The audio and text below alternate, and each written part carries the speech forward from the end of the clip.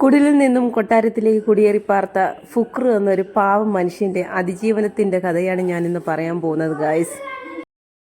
വീട്ടിലൊരു പെറ്റിനെ മേടിച്ചപ്പോൾ നമുക്ക് എല്ലാവർക്കും ആഗ്രഹം ഉണ്ടായിരുന്നു പരിചയമില്ലാത്തവരെ കാണുമ്പോഴെങ്കിലും ഒന്ന് കുരയ്ക്കണമെന്ന്. പക്ഷേ നമ്മുടെ ഫുക്രു നേരെ ഓപ്പോസിറ്റാണ്.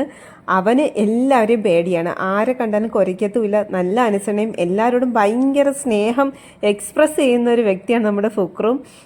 എല്ലാവരും പട്ടിയെ മേടിക്കുമ്പോൾ ഒന്നുകിൽ കുരയ്ക്കണം, അല്ലെങ്കിൽ കള്ളനെ പിടിക്കണം, അല്ലെങ്കിൽ ആരെങ്കിലും കടിക്കണം.